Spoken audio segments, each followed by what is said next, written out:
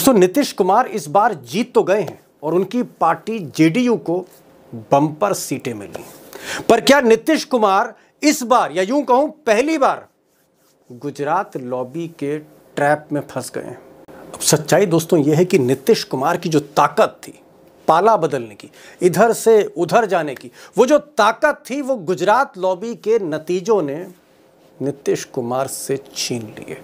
सच यह है कि नीतीश कुमार अगर चाह भी जाएं तो पाला नहीं बदल सकते, क्योंकि बिहार के अंदर भाजपा ने जिस तरह से अपनी बढ़त बनाई और जिस तरीके से सीटें लेकर आए हैं, उसके बाद से नीतीश कुमार को लेकर काफी सस्पेंस बढ़ा हुआ है। दावा किया जा रहा है कि नीतीश कुमार भाजपा की ट्रैप में आ चुके हैं, लेकिन एक तरफ वोट बैनर और पोस्टर लगाए जा रहे हैं कि नीतीश कुमार को लेकर कि टाइगर अभी जिंदा है। क्या नीतीश कुमार बड़ा खेल करने जा रहे हैं? क्या नीतीश कुमार वाकई में मोदी जी की कुर्सी छीन सकते हैं? क्या नीतीश कुमार वाकई में मोदी जी की सरकार गिरा सकते हैं? क्योंकि जिस तरीके से बहुत सारे न्यूज मीडिया हाउस इस बात का दावा कर रहे हैं कि नीतीश कुमार को सीएम नहीं बनाया गया, तो हो सकता है नीतीश कुमार प्रधानमंत्री नरेंद्र मोदी जी को जो बैसाखी का सहारा सत्ता के अंदर देकर बैठाए हुए हैं, क्या वो बैसाखी खींच लेंगे? क्या कुछ खबर है किस तरीके की मोदी जी के लिए एक बड़ी टेंशन क्या नीतीश कुमार बन सकते हैं? वो सारी तस्वीर एक ही वीडियो के अंदर आपके सारे डाउट क्लियर हो जाएंगे। हमारे साथ वरिष्ठ पत्रकार मौजूद है दीपक शर्मा, आप उनकी इस रिपोर्ट को देखिए। नमस्कार, मैं दीपक शर्मा, मेरे यूट्यूब मंच पर आपका स्वागत है।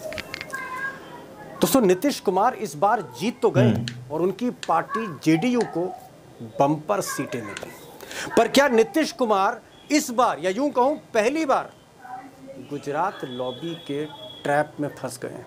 अब सच्चाई दोस्तों यह है कि गुजरात लॉबी के जाल में ताकत थी पाला बदलने की, इधर से उधर जाने की, वो जो ताकत थी वो गुजरात लॉबी के नतीजों ने नीतीश कुमार से छीन ली है। सच ये है कि नीतीश कुमार अगर चाह भी जाएं तो पाला नहीं बदल सकते, क्योंकि लालू प्रसाद यादव के पास या विपक्ष के पास वो संख्या नहीं है, वो विधायक नहीं है जो नीतीश कुमार के साथ मिलकर एक बार फिर सरकार बना लें, अपनी सरकार बना लें। आप कह सकते हैं कि नीतीश कुमार के पास अब कोई विकल्प नहीं।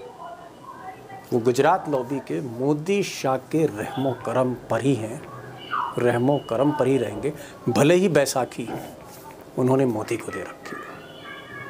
अब दोस्तों ये बात मैं इसलिए कह रहा हूँ क्योंकि जिस दिन बिहार में नतीजे आ रहे थे उस दिन नीतीश कुमार के चाहने वालों ने, उनके समर्थकों ने पटना में कई जगह पोस्टर लगाए जिसमें शेर की फोटो थी, नीतीश कुमार की फोटो थी, टाइगर अभी जिंदा है। था टाइगर अभी जिंदा है। सुबह तक तो ये पोस्टर सच लग रहा था, लेकिन जैसे ही गुजरात लॉबी के नतीजे आने लगे, सच्चाई ये थी कि शाम तक टाइगर कैद हो चुका था। आप यूँ कह सकते हैं गुजरात लॉबी की गिरफ्त में आ चुका था। अब दोस्तों जो बड़ा सवाल है दिल्ली से लेकर पटना तक, पीएमओ से लेकर सीएमओ चीफ मिनिस्टर ऑफिस तक, वो ये है कि क्या मोदी और शाह इस बार नीतीश कुमार को मुख्यमंत्री बनाएंगे? और सच्चाई ये है कि अभी तक गुजरात लॉबी ने, मोदी शाह ने इस पर कोई फैसला नहीं लिया। सच्चाई तो ये भी है कि बीच चुनाव में भी जिस तरह से मोदी और शाह नीतीश कुमार को सीएम फेस डिक्लेयर करने के लिए पीछे हट गए, तभी से तय था कि कंफ्यूजन तो है, कहीं ना कहीं कंफ्यूजन नीतीश कुमार को लेकर। अगर मैं थोड़ा सा तफसील में जाऊं तो दो वजह हैं जो मुझे पता लगा। आज बीजेपी के कुछ लोगों से मैंने बात करी, दो वजह। एक वजह यह है कि नीतीश कुमार के जो स्वास्थ्य, उनकी जो तबीयत नासाज है, आज से नहीं महीनों से, उस तबीयत को लेकर या मनोदिशा को लेकर, टू बी वेरी क्लियर, उसको लेकर क्लैरिटी नहीं है अभी गुजरात लॉबी में, मोदी और शाह में। अमित शाह की लॉबी का कहना है कि अगर कुछ महीनों के लिए अगर नीतीश कुमार को सीएम बना भी दिया जाए तो फिर गद्दी से उतारना भी तो पड़ेगा आगे। इससे बेहतर है कि बीजेपी का सीएम क्यों ना बनाया जाए। अब कारण नंबर दो, 14 तारीख की शाम तक पूरी तरह से क्लियर हो गया था कि बीजेपी सिंगल लार्जेस्ट पार्टी है। राज्यपाल बीजेपी को ही इनवाइट करेगी सरकार बनाने के लिए, चिट्ठी अमित शाह के ही हाथ में होगी। और वैसे भी शाम को नरेंद्र मोदी ने कहा कि जो सरकार बन रही है वो एनडीए की सरकार है, नीतीश का नाम नहीं लिया, एनडीए की सरकार। इसलिए कहा जा रहा है कि सिंगल लार्जेस्ट पार्टी होने के नाते बीजेपी का काडर, बीजेपी का नेता, अमित शाह जैसी लॉबी आरएसएस चाहते हैं कि पहली बार बिहार में बीजेपी का मुख्यमंत्री बने। और जहाँ तक नीतीश कुमार की बात है तो मैंने पहले भी कहा, टाइगर जिंदा तो है पर कैद में है, और टाइगर इस बार पाला नहीं बदल सकता, सारे रास्ते बंद हैं। अब दोस्तों, नीतीश कुमार के सामने विकल्प क्यों नहीं? अगर विधानसभा के चुनाव के हम ताज़ा नतीजा देखते हैं तो आपको एक पिक्चर और क्लियर हो जाएगी। जैसे जेडीयू, नीतीश कुमार की जो पार्टी है, उनके पास 85 सीटें हैं, और आरजेडी जो है यानी लालू की पार्टी, तेजस्वी की पार्टी, सिर्फ 25 विधायक हैं। पिछली बार 75 थे, 25 है। अगर आप इनको टोटल कर दीजिए तो 110 आता है। बहुमत की जो संख्या है वो 122 है। अगर 110 में हम 6 जोड़ दें या बाकी भी जोड़ दें तो 122 तक गिनती नहीं पहुंच रही, यानी चाह कर भी सरकार बनाना बड़ा मुश्किल है। अब आज ओवैसी साहब ने मज़ा लिया, उन्होंने कहा कि भाई अगर नीतीश कुमार को ज़रूरत हो तो मैं अपने विधायक दे सकता हूँ। सवाल इस बात का है कि क्या अमित शाह मिस्टर ओवैसी को, यानी जो उनकी बी टीम है, उसको हरी झंडी देंगे ऐसा करने के लिए? ये सिर्फ एक मजाक था, एक तंज था, क्योंकि असली फैसला मिस्टर ओवैसी का मिस्टर शाह, मिस्टर मोदी ही करते हैं। मिस्टर शाह और मिस्टर मोदी। और शायद इसी वजह से सीमांचल में कांग्रेस को, महागठबंधन को, आरजेडी को वो सफलता, वो कामयाबी नहीं मिली, क्योंकि बी टीम अमित शाह की वहाँ खेल रही थी, ओवैसी साहब खेल रहे थे। बहरहाल सच्चाई ये है कि नीतीश कुमार को सीएम बनाना है नहीं बनाना है, अब ये मोदी को डिसाइड करना है। मोदी की जो पर्ची जाती है, पर्ची डिसाइड करेगी कि राम नीतीश कुमार का है या किसी नित्यानंद राय का है या किसी सम्राट चौधरी का है या किसी और का है। ये पर्ची जो है मोदी की पर्ची डिसाइड करेगी। और वैसे भी एक चीज़ बता दूं कि पार्टी पूरी तरह से इस वक्त जेडीयू, गुजरात लॉबी के जाल में, इसलिए जेब में क्योंकि जेडीयू के जो कार्यकारी अध्यक्ष हैं, राष्ट्रीय कार्यकारी अध्यक्ष संजय झा साहब एमपी हैं, ये अमित शाह की गोद में बैठे हैं। एक और केंद्रीय मंत्री, आप कह सकते हैं second most powerful person after Nitish Kumar, Lallan Singh, ये भी अमित शाह के गोद में बैठे हैं, और मलाई खाने का पूरा मौका लल्लन सिंह के पास है। तो लल्लन सिंह और संजय झा अमित शाह के पास हैं, इनका रिमोट, पार्टी का रिमोट अमित शाह के हाथ में है। इसलिए गुजरात लॉबी को अब ये चिंता भी नहीं है कि ये जो 12 सांसद हैं जो सपोर्ट कर रहे हैं जेडीयू के, इनको लेकर अब कोई चिंता नहीं, कोई कंफ्यूजन नहीं। ये 12 सांसद को आप मान के ही चलिए कि गुजरात लॉबी के ही है। अब दोस्तों, जो सवाल है वो ये है कि भाई अगला मुख्यमंत्री बिहार का कौन है? क्या वो नीतीश कुमार हैं या फिर कोई और है? मुझे लगा इस सवाल की थोड़ा तह में जाना चाहिए, और इसलिए आज मैंने अभिषेक कुमार को बुलाया, मैंने उमाकांत जी को बुलाया। उनकी कई नीतीश कुमार के करीबियों से बातचीत भी हुई। उमाकांत वैसे भी 1990 के दशक से नीतीश कुमार को जानते हैं। आज मैंने कोशिश करी कि भाई अमित शाह की जो लॉबी है, जो मोदी और शाह की गुजरात लॉबी है, वहाँ पर क्या थिंकिंग है, बीजेपी का भी वर्जन आना चाहिए, वहाँ क्या पकड़ा है। मैंने आज नवनीत मिश्रा को बुलाया है। नवनीत मिश्रा पत्रकार हैं दिल्ली के, जो बीजेपी कवर करते हैं, बीजेपी पार्टी के रिपोर्टर। मैंने कहा आप भी आइए, और मैं शुक्रिया उनका अदा करूँगा कि कम से कम वो हमारे चैनल पर है। उनको भी सुनिए, अभिषेक को सुनिए जो लालू कैंप और नीतीश कैंप के टच में, और उमाकांत जी को भी सुनिए जो बेखौफ बोलते हैं। अभिषेक, ये बताइए कि क्या वाकई नीतीश कुमार को लेकर दुविधा में लग रहे हैं आपको मोदी और शाह?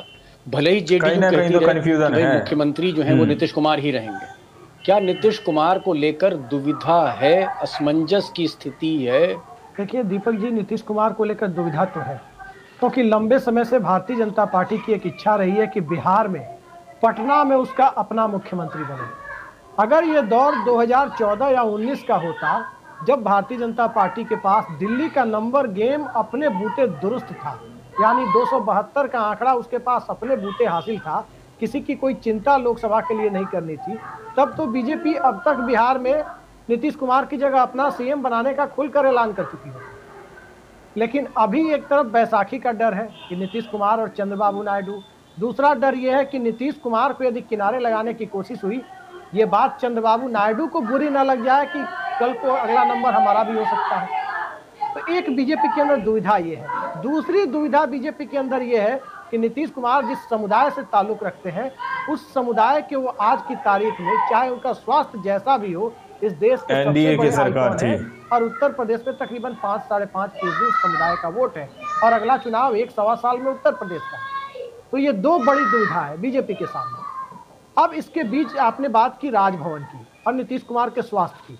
अब नीतीश कुमार के स्वास्थ्य के बारे में आने वाले वक्त में उनका स्वास्थ्य कैसा रहेगा ये समय बताएगा क्या है। फिलहाल बिहार चुनाव में तो उन्होंने ठीक ठाक ही अपनी कैंपेन को जारी रखा। बरसात के बावजूद वो जाकर के कैंपेन करते रहे, 250 किलोमीटर गाड़ी से गए और जितना कैंपेन उन्होंने किया, जितनी चुनाव सभाएं की उतनी तो शायद तेजस्वी यादव नहीं कर पाए जी। तो वो सारी चीजें अपनी जगह है। लेकिन बिहार विधानसभा के नंबर गेम में भारतीय जनता पार्टी 2010 की अपनी संख्या 91 तक भले ही नहीं पहुंच पाई, लेकिन 89 सीटों के साथ 89 सीटों के साथ सिंगल लार्जेस्ट पार्टी बन के उभरी है, ये बात सही है। और जब वो सबसे बड़ी पार्टी बन के उभरी है तो एक कोशिश वो कर सकती है कि सरकार बनाए, क्योंकि इंडिया गठबंधन के विधायकों को भी अगर जेडीयू के साथ ऐड करके देखें तो बहुमत के आंकड़े 122 से 2 सीटें कम आती है, 120 नहीं आता है। राहत की बात नीतीश कुमार के लिए यही है कि अब से कुछ देर पहले एक इंटरव्यू प्रसारित हुआ है असदुद्दीन ओवैसी का एक चैनल पर, और असदुद्दीन ओवैसी ने कहा है कि वो नीतीश कुमार के साथ सहयोग के लिए तैयार है। तो एक तरह की परिस्थिति आप कह सकते हैं कि असदुद्दीन ओवैसी मिस्टर शाह और मिस्टर मोदी ज्यादातर पहले जनता दल यूनाइटेड में थे, एक आध राजद में भी थे, और वो असदुद्दीन ओवैसी का बयान कह सकते हैं कि एक तरह से कुछ राहत देने वाला हो सकता है। लेकिन फिलहाल बीजेपी अपना मुख्यमंत्री पटना में बनाने की चाहत रखते हुए है। दिल्ली की सरकार की स्थिरता पर और उत्तर प्रदेश के पास दोस्तों आप लोगों ने इस वीडियो को शुरू से आखिर तक देखा। वीडियो के अंदर साफ तौर पर बात की गई है कि किस तरीके से नीतीश कुमार को लेकर ये कयास लगाए जा रहे हैं कि नीतीश कुमार मोदी जी से लोकसभा के अंदर जो उन्होंने समर्थन दिया है कि वापस ले लेंगे, क्या मोदी जी की सरकार गिरा देंगे। लेकिन यहां पर आपको A to Z बहुत सारे आंकड़े माइनस प्लस करके समझाने की कोशिश की है कि किस तरीके से ऐसा लग रहा है कि नीतीश कुमार एक ऐसे ट्रैप में फंस चुके हैं जिसमें से ना तो वो रहना चाहते और ना ही वो निकल पा रहे हैं। इस तरीके की उलझन, आगे कुआं पीछे खाई वाली स्थिति में एक तरह से ऐसा लग रहा देखने में। दोस्तों बाकी आप लोगों ने इस रिपोर्ट को देखा सुना, आप लोग इस रिपोर्ट के बारे में क्या सोचते हैं, क्या समझते हैं, आपको क्या लगता है, क्या नीतीश कुमार लोकसभा के अंदर से अपना समर्थन वापस लेंगे या नहीं लेंगे? आप इस पूरे विषय को किस नजर से देखते हैं, कमेंट जरूर कीजिएगा। मिलता है अगली वीडियो में, जब तक के लिए जय हिंद जय भारत।